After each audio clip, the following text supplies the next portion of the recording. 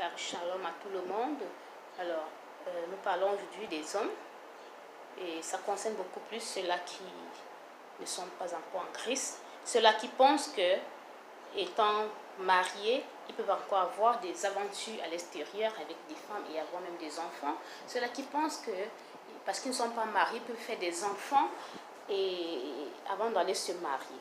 Alors, selon les statistiques que nous avons faites, selon nos expériences personnelles dans le monde entier et ailleurs, et selon ce que j'ai expérimenté récemment, je peux dire, je peux l'affirmer que dans les familles composées, c'est les enfants illégitimes qui sont toujours à l'origine de la destruction de ces familles.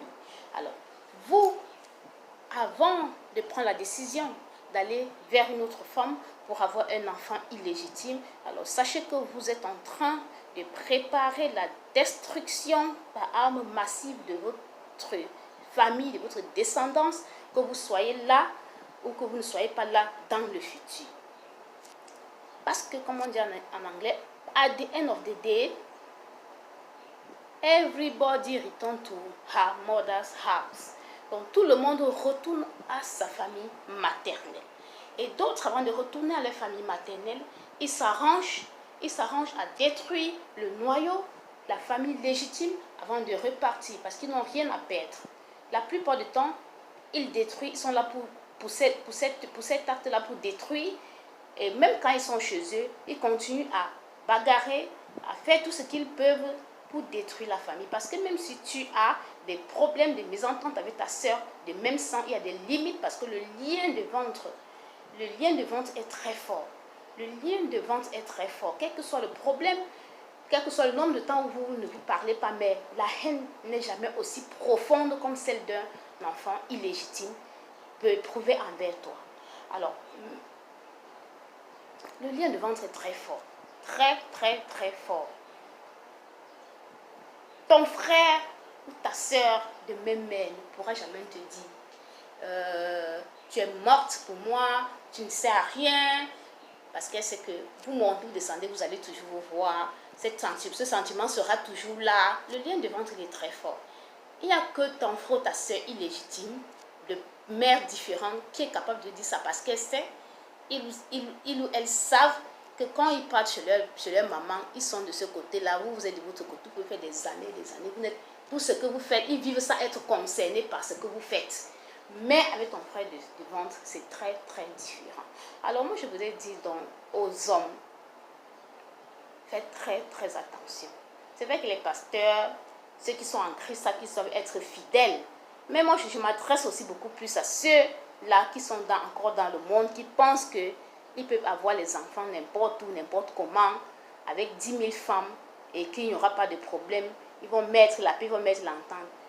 Même la Bible a dit, à l'époque, Cain a dit que ses enfants illégitimes étaient maudits et qu'il a préparé une malédiction pour eux, comme à l'instar de Cain. Parce que Cain aussi avait tué son frère Abel par méchanceté, souvenez-vous. Donc, ce n'est pas un fait nouveau. Ce n'est pas un fait nouveau. Moi, je ne sais pas quelle est ta situation, si tu es un enfant illégitime ou pas. Si tu l'es, vraiment, je suis désolée. Mais il est encore temps pour toi. Tu peux te dire, ça ne passera pas par moi. Je serai l'exception dans le monde. Je ne serai jamais celle ou celui-là qui va apporter la destruction dans ma famille composée. Donc, franchement, il est encore temps. Mais si toi, étant enfant composé, tu laisses le diable t'utiliser pour continuer la mission de Cain au sein de ta propre famille, alors sache que la malédiction de Cain retombera sur ta tête. Bon, la responsabilité incombe beaucoup plus aussi les parents. Les parents, ceux-là qui ont décidé d'avoir des enfants en désordre à gauche et à droite. Oui, quand ça a déjà été fait, on ne peut rien pour stopper. On peut juste s'efforcer d'aimer ces enfants-là. Mais quand bien même tu es un enfant légitime et que tu aimes cet enfant-là, tu le chéris, tu prends soin de lui et tout, tu le nourris comme un serpent que tu nourris. Mais le lendemain, ce serpent cherche à se nourrir de toi. Alors que faire? Continuons juste à les nourrir et Dieu prendra soin d'eux. Dieu prendra soin d'eux. Mais ces enfants-là, je les appelle aussi en retour, à se dire que jamais de la vie la malédiction ne sera sur eux parce que le diable les a utilisés pour détruire la famille, pour détruire leur propre famille paternelle. Voilà. Donc, j'espère que le message est passé.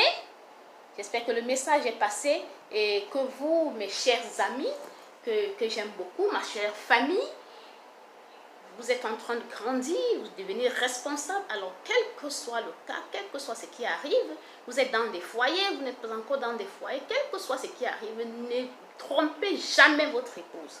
Ne trompez jamais votre épouse. Ne cherchez jamais à avoir des enfants hors mariage. Ne cherchez jamais à avoir des enfants en dehors de ce que vous avez eu avec votre épouse. Soyez fidèle à vous-même.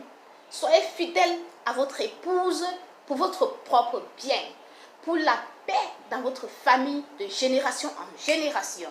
Et il y a plusieurs personnes qui écouteront cette vidéo, qui allaient affirmer avec moi que ce que je dis est vrai, parce que vous vivez ça dans vos familles. Vous vivez cela dans vos familles. Sachez que ce n'est pas un fait nouveau. Ça existe de génération en génération, depuis l'époque de Cain et Abel. Cain a tué son frère Abel. Ce n'est pas un fait nouveau. Alors, pendant qu'il est encore temps pour vous, essayez d'éviter ça. Essayez d'éviter ce que nos parents n'ont pas su éviter. Essayez d'éviter ce que nos parents n'ont pas su comprendre. Alors, j'espère que vous avez écouté ce message et que ça va vous permettre demain, dans votre marche, de faire très attention, d'être fidèle à vous-même si vous voulez préserver la paix dans votre famille de génération en génération. Parce que la famille composée est une famille très difficile à gérer. La famille composée est une famille très difficile à gérer depuis des éternités et des éternités. Ce n'est pas de ce jour. Alors, Kari Shalom.